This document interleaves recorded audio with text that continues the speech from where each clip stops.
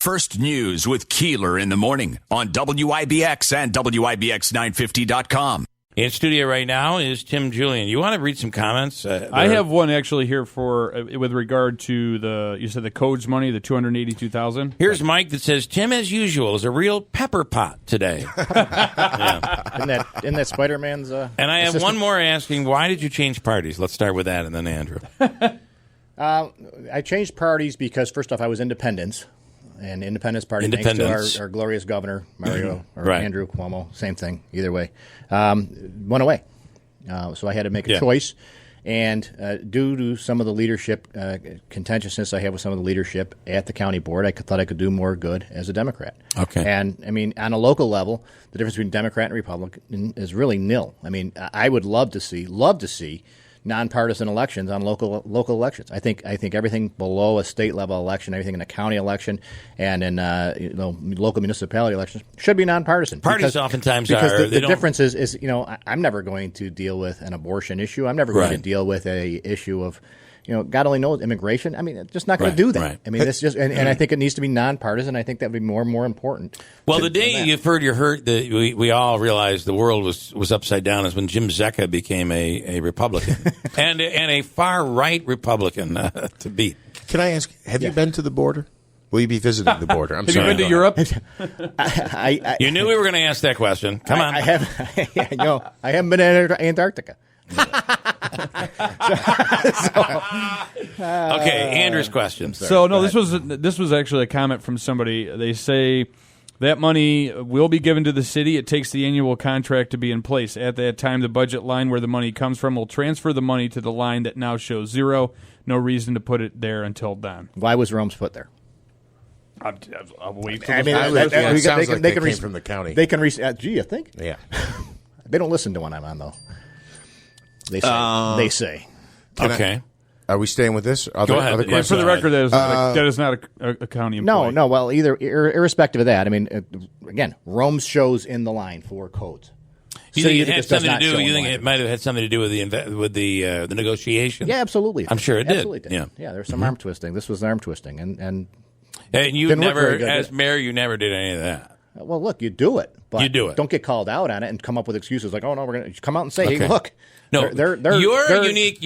They're negotiating in bad faith, so we're going to do the same thing. To be fair, you're a unique character. You relish in coming out and saying that's exactly what I did. That's exactly what I did. Right. Look, because I just think you're unique. I don't have time to mince words. I'm not there. I'm not at the county to make friends. If I wanted to make friends, I'd join a country club. I'm not going to do that. Right. I'm going to be doing this and pointing out things that I think are wrong, are fundamentally wrong with government. And I think there's way too much stuff going on and way too much money passing through all these places to not be able to point stuff out. And I'm only saying your style is one of an outlier, a little different than the average and I don't care. leader. And because, I mean, look, I make a living. There's an example. I make a living. The governor tried to take my living away this year by what he's done with rental properties. That's a story for another day. Yeah. But I make a living, and I question sometimes if other people involved in government can. Okay, all right. You mentioned St. E's. What would you like to see? What's a good future use? I'd like to see St. E's leveled. Really? I would like to see that right to the ground. Absolutely. Nursing school stays. I say the actual hospital itself. I feel like you may be right there. I don't disagree with that. I think it's got to be leveled. Any think HVAC of the asbestos system in that goes, building and everything. There's and I'll say this, is that there was a meeting on MLK Day at the St. Luke's nursing homes community room where they talked about at the end of the week they're going to have the numbers on what it's going to cost to demo St. Elizabeth's, and we still haven't gotten those numbers that was going to be ready a year and a half ago. And I think that needs to come down. I mean, it's a beautiful. If it wasn't leveled, it's okay to stay a hospital. It's a beautiful 18-acre site. It's a beautiful 18-acre site. Think about that. That's 18 acres. If it gets leveled, though, doesn't that open up the possibilities of many different things it could be used for, which could include things that maybe the neighborhood doesn't want? Where if it stayed as a building as it is, maybe it's a nursing home or some type of living facility where maybe that's more fits more into the neighborhood. If it stays the way it is, maybe it's a rehab facility. Maybe one of the interesting holding cell for a jail. I don't know. I mean, I don't know what it is. No, but I'm saying, what would you actually think it should be? Knocked right to the ground. Yeah, I do. I think that there that seems to be the new style of the problem with that is, like, for instance, every time a fast food joint comes in, instead of remodeling that place, they would rather come in, knock it down, and start over. The problem with this is it's such a large facility with, you can imagine, such toxins that to start tearing it down is a major. No, look, and you talk about a parking garage. They've got a parking garage there that they've nursed along for probably the last 20 years. Right. That would probably need a substantial amount. Correct. A substantial amount of work if it were going to remain there, or that be taken down. And that alone, the demo on that alone would be substantial. So if you look at things such as that, you're probably looking at somewhere in a $3 to $4 million demo, I would think, on a project like that. And that's substantial money. But then you have a piece of property that would be a saleable piece of property that would have to go through the rigorous, hopefully, idea, thought, and process of what it's going to be used for. Yeah. You know this better than I would, but $3 to $4 million sounds way low on all the hazards you would find in the proper theoretically through the years. What I was building. Told was theoretically through the years when updates were done that a lot of the hazards were taken out of the building. Okay, well, that's a good thing. Like that they did the new HVAC, the asbestos would come out. If they did the flooring, the asbestos and the glue would come out. When they did the windows, the lead and the windows glazing would come out. How long do we have with you, by the way? Another 5 minutes or 10 we'll minutes? do 5 more minutes. We're good. All right. I'm sure you can create some explosion here in the back next 5 minutes. I'll come back tomorrow. All this week, Tim Julian. Here's RV. Good morning, RV. Good morning. I got a question to ask, and I haven't heard it come up for months here. Has any thought been put into where are you going to put all the cars for the employees for the hospital that go to work down there? That's part of the 1150 that the hospital wants to use per day, right? Those are numbers, right? 1550, 1150 is for the hospital. I thought it was 1050. And if it wasn't a parking garage, your proposal would be open air parking, right? A series of external lots, yes. Yeah, and I would be very much against that. And a shuttle bus that would go back and forth. But let's also not forget that the city is, and whether you agree with this or not, but the city is reclaiming and taking Kennedy Garage and putting $13.5 million into that will create even additional parking on top of that for whether it's an overflow, if you have a shift change or something and you have something. But there was assistance coming from, if the city did 60-40, part of the project would include upgrading the Kennedy parking garage. Now, the county has backed away from that now. The state was going to give a $3 million grant to the city, which the county took, which went up and was placed over to the county as part of these. Yeah. Whether you call it the city contribution or you call it a state contribution. Do you blame Pisani for that, though? I mean, he had a 60-40 deal. I think the city was good with it. The city was good with it. Okay. The city was fine with it. The city didn't have an issue with that.